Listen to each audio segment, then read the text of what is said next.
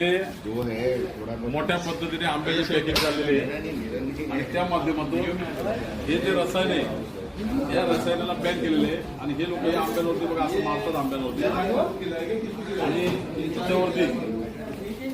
ह्याच्यावरती डेंजरस म्हणून लिहिलेलं आहे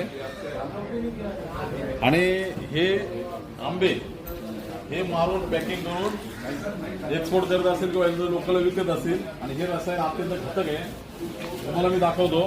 हे बघा ही जे आंब्यांची अवस्था झालेली आहे ते काय झालेली बघा आणि हे असे आंबे हे सडके आंबे लोकांना खायला घालतात. गुजराती व्यापारी आहेत आणि हा आंबा हे केमिकल मारून एक्सपोर्ट करतात किंवा कुठेतरी लोकलला पाठवत असतील. हे अत्यंत रासायनिक घातक आहे. हे बघा हे जे आंब्यांची ही जी परिस्थिती झालेली आहे अशी माणसाच्या शरीराची परिस्थिती होईल. हे बघा हे आंबे असे सडलेले आहेत आणि ह्या माध्यमातून केमिकलचा हा परिणाम आहे आणि त्यामुळं हा गाळा आता आम्ही थोड्या वेळाने एफडीआय पोलिसांकडून आम्ही सील करणार आहोत की जेणेकरून हा माल कुठेही लोकांकडे जाता कामा नये आणि लोकांच्यावरती आरोग्यावरती परिणाम होता का घातक म्हणजे परिणाम होता कामा नये. हे बघा हे केमिकल हे बॅन केलेले आहे. हे केमिकल एपीएमसी मार्केटमधून पुन्हा हद्दपार झालेले फ्रूट मार्केटमधून पण हे काही चोरी चुपके असं गाळे घ्यायचे आणि तिथे पॅकिंग करायचे. इथे डेंजरस म्हणून लिहिलेलं आहे. हे लहान मुलांच्या हातात कामा लागता कामा नये.